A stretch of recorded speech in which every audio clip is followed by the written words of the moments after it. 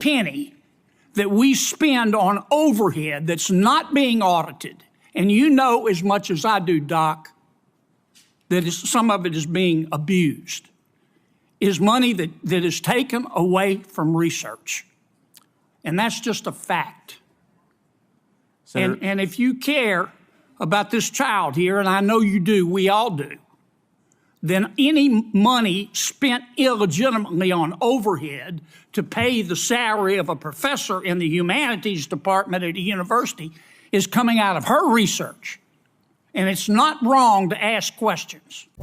Biomedical research, who could possibly be against it? No one, right? But what happens when the money meant to cure diseases is quietly siphoned away to buy yachts, renovate university president homes, or even fund shopping malls? Welcome back to Critical Coverage, where we go beyond the headlines and ask, who's really benefiting from your tax dollars? In a recent Senate hearing, a fiery exchange between Senator Kennedy and Dr. Parikh exposed what might be one of the biggest blind spots in federal research funding: the NIH's massive, and mostly unchecked, overhead expenses.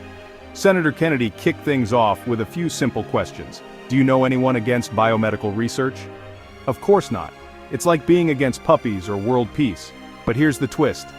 When the National Institutes of Health, the very agency we trust to fund life-saving breakthroughs, spends upwards of 69 cents per dollar on overhead at elite schools like Harvard, is that money still going toward research, or is it just bureaucracy dressed up in a lab coat?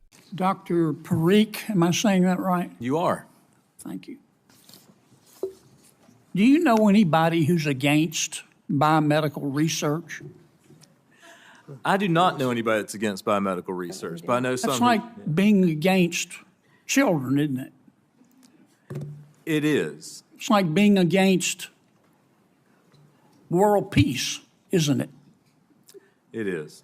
It's like being against golden retrievers, isn't it? There's some people that argue there. Okay. Well, let's get that out of the way.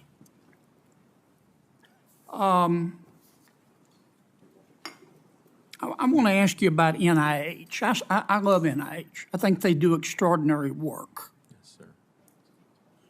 But isn't it a fact if NIH assigns way too much money for overhead, that money comes out of the basic research? Isn't that the case?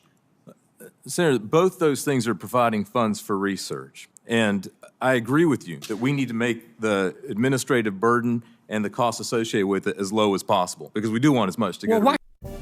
Why can't NIH live with 15% overhead? The Gates Foundation limits overhead to 10%. Johnson Foundation caps it at 12%.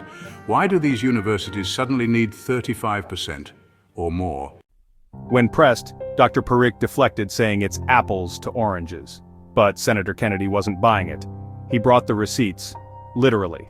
Let's talk about Stanford University, which was caught charging NIH grants to renovate the president's mansion, pay salaries at a Stanford-owned shopping center, and yes, apply pre-depreciation on a sailboat.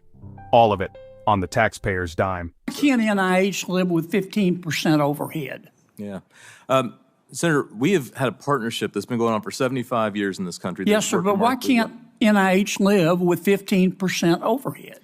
At this point, what that would do is actually turn institutions like the ones we've heard about here, it would actually make it to where they are laying off researchers and the support folks who are Well, the Gates Foundation, when they make grants, they limit overhead to 10%, don't they? They do, sir, but that is apples to oranges because they count different things. And the overhead. Roberts Woods Johnson Foundation limits overhead to 12%, don't they? They do. Again, apples to oranges because they count different things. Isn't it a fact that the universities that receive the most money from NIH also have the biggest endowments? I haven't checked that, but it probably is true, Senator. And I agree with you. There are challenges that we need to work on. Well, let's take Harvard.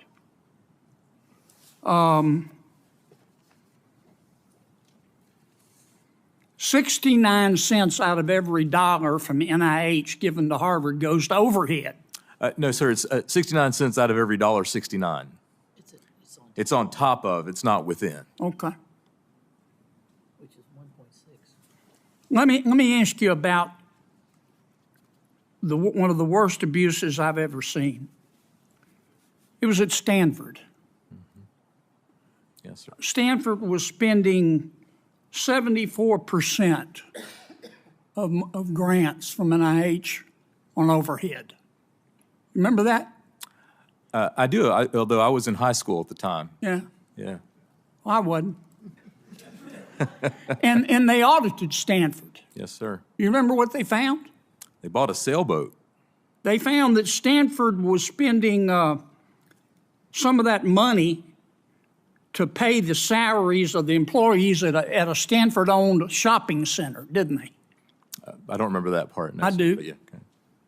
They found that Stanford was spending some of that money that was supposed to go to research, ladies and gentlemen, to renovate the president's home, Yes, sir. didn't they? I believe so, Senator. Again. And to when I was in renovate high the vice provost's home, too, didn't they? I believe you when you say that. Yes. And they also charged, Stanford took NIH research money to help children and applied it to pre-depreciation on a Stanford yacht, didn't they? Yes, sir. Again, when I was in high school, sir. So here's the big question. Why isn't NIH auditing these grants every year? Why are we relying on universities to self-report their expenses? Even Dr. Parikh had to admit, if the universities lie, it's absolutely a possibility. Now, does NIH audit every year the way these grants are being spent? They don't audit every year. There's a process for So they determining. just trust the universities? No, there's a negotiation that takes place between Yes, the sir, NIH but if it's a and the university. 5-year grant Yes, sir. and they agree on indirect costs, they don't audit it every year. What if the universities lie to them? That is absolutely a possibility. What does fungible mean? Fungible means that you can move money from one place to another. And money's fungible, isn't it? Money is fungible. I'm ready to have a productive discussion. I've got to go to another committee. Maybe you'll have it today. I haven't heard it. Yes, sir.